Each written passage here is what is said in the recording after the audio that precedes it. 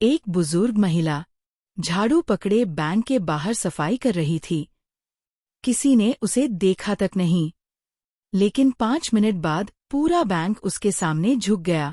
Manager की हालत क्यों हो गई पतली, और कैसे यह मामूली दिखने वाली औरत बन गई हजारों दिलों की प्रेरणा। जानिए उस सच्ची कहानी को, जो आपके सोचने का तरीका हमेशा के लिए बदल देगी। वीडियो को अंत तक जरूर देखें। एक ठंडी सुबह थी। बैंक के बाहर हल्की धुंध फैली हुई थी। सड़क पर झाड़ू लगाती एक बूढ़ी औरत धीरे धीरे आगे बढ़ रही थी। उसकी उम्र करीब 65 साल थी। चेहरे पर झुर्रियां थीं, पर आंखों में अजीब सी चमक।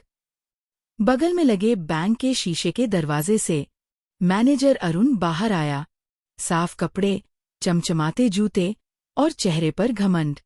उसने बुजुर्ग महिला को देखा, नाक सिकोड़ते हुए बोला, ए बूढ़ी औरत, यहाँ गंदगी मत फैलाना। बैंक के सामने की जमीन कोई कूड़े का डिब्बा नहीं है।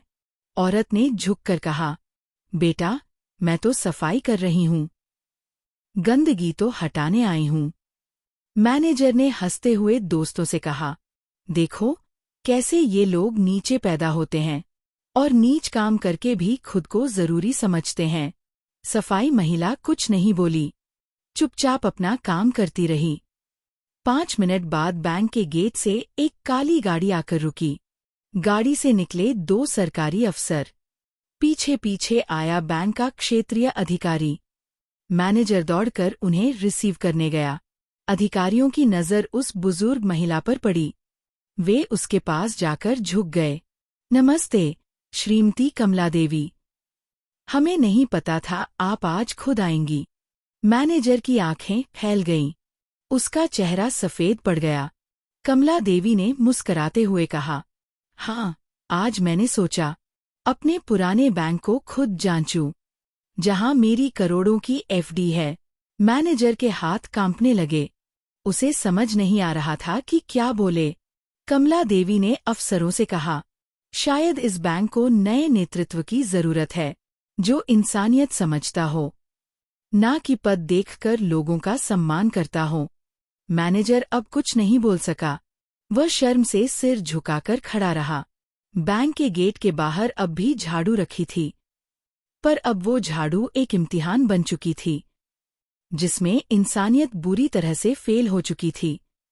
अगर आप चाहें तो मैं इसे और आगे बढ़ा सकता हूँ, या इसका भावनात्मक क्लाइमेक्स लिख सकता हूँ। बताएं। कमला देवी ने इशारे से सभी स्टाफ को अंदर बुलाया। उनकी आवाज में अब सख्ती थी, लेकिन आंखों में करुणा की चमक अब भी बाकी थी। मैंने ये बैंक 30 साल पहले शुरू करवाया था, वह बोली। तब इसकी एक ईंट भी नहीं रखी गई थी। सारे स्टाफ ने आश्चर्य से एक दूसरे की ओर देखा। किसी को अंदाजा नहीं था कि यह सादी सी दिखने वाली औरत असल में बैंक की सबसे पुरानी और सबसे बड़ी निवेशक है। उन्होंने अपनी पुरानी चप्पलों की ओर इशारा करते हुए कहा, मुझे ये सब पहनने में कोई शर्म नहीं आती, क्योंकि मैं जानती हूँ कि इज्जत कपड़ों से नहीं, संस्कारों से मिलती है। बैंक मैनेजर की हालत अब भी खराब थी। उसकी आवाज कांप रही थी। माफ कीजिएगा मैडम, मुझे नहीं पता था। कमला देवी ने बात बीच में काट दी। नहीं, अब माफी नहीं चाहिए। मुझे देखना है कि बैंक कैसे चल रहा है, और क्या यह इंसानों को इज्जत देना सिखा रहा है या नहीं। उन्होंने अपने बैग से एक चिट्ठी निकाली, जिस पर बैंक का लोगो छपा था, और उसमें लिखा था, पूर्ण निरीक्षण के बाद निवेश की समीक्षा की जाएगी। वो चिट्ठी देखते ही क्षेत्रीय अधिकारी भी सीधे खड़े हो गए।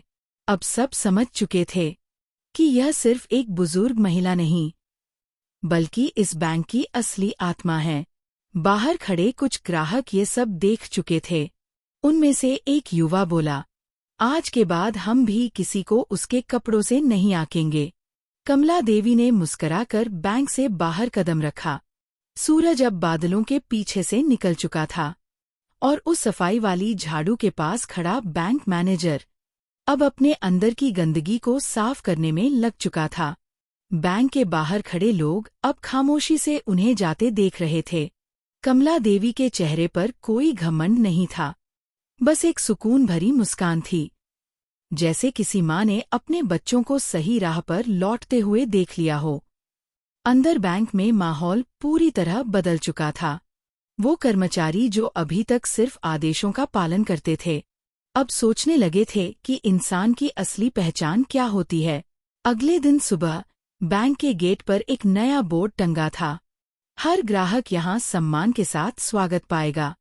पद या वस्त्र नहीं, चरित्र और व्यवहार से पहचान होगी।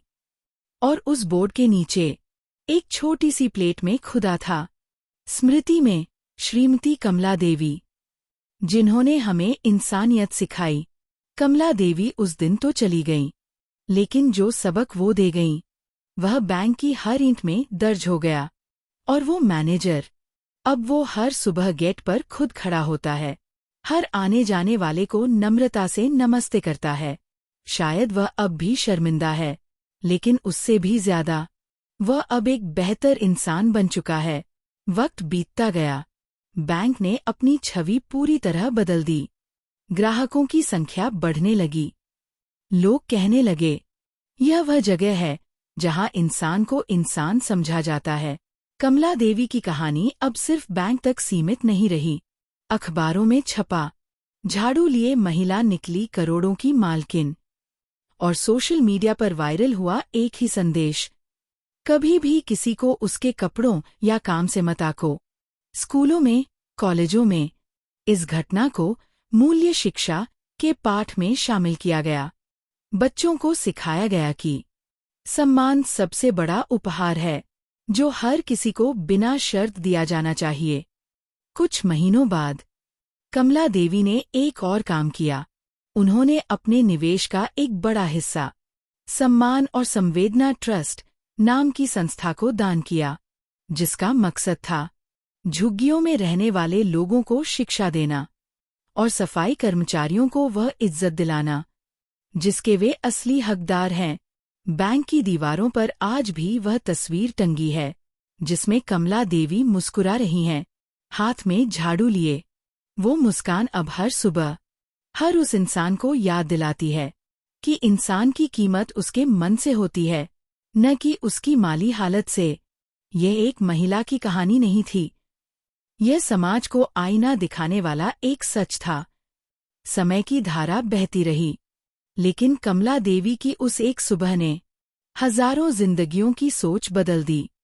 हर महीने बैंक में एक छोटा सा आयोजन होने लगा, जिसमें नए कर्मचारियों को वह कहानी सुनाई जाती, कैसे एक झाड़ू उठाने वाली महिला ने पूरे संस्थान की आत्मा को झकझोर दिया।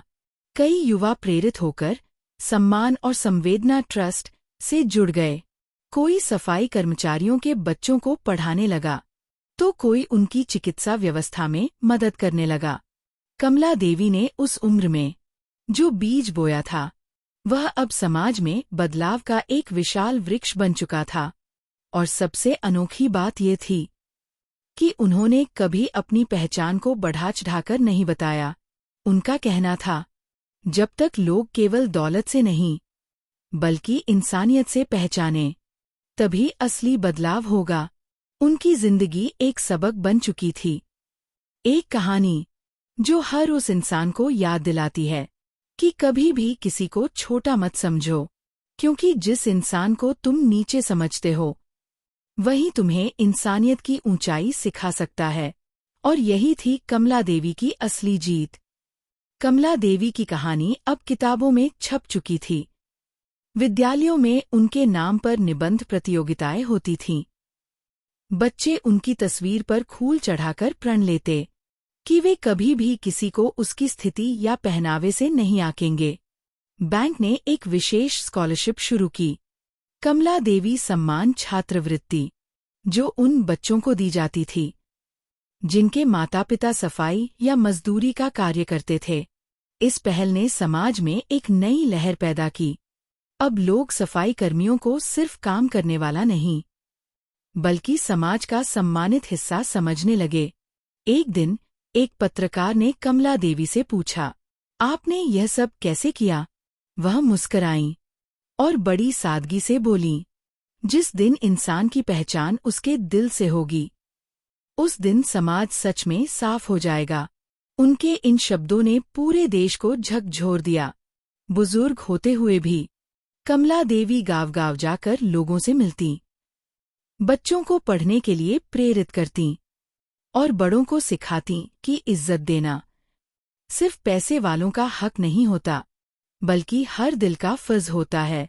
उनका जीवन एक आंदोलन बन चुका था, जो नारे नहीं लगाता था, बल्कि दिलों को छूता था। और इस तरह कमला देवी खुद एक परंपरा बन गईं, एक ऐसी परंपरा जो समय के साथ और मजबूत होती गई। एक औरत, एक झाड़ू और एक मुस्कान ने जो बदलाव शुरू किया था, वह आज भी लाखों लोगों को इंसानियत का मतलब सिखा रहा है। कुछ साल बाद जब कमला देवी 85 वर्ष की हो चुकी थीं, तो उनके सम्मान में एक भव्य समारोह आयोजित किया गया। देश के नामी गिरामी लोग, नेता, अभिनेता, शिक्षक और आम जनता सभी एकत्र हुए थे उस महिला को सम्मान देने के लिए, जिसने समाज को उसकी असली शक्ल दिखा दी थी। स्टेज पर उन्हें राष्ट्रीय मानवता सम्मान से नवाजा गया। पूरे सभागार में तालियों की गूंज थी, लेकिन कमला देवी की आंखों में सिर्फ एक सच्ची चमक थी, संतोष की।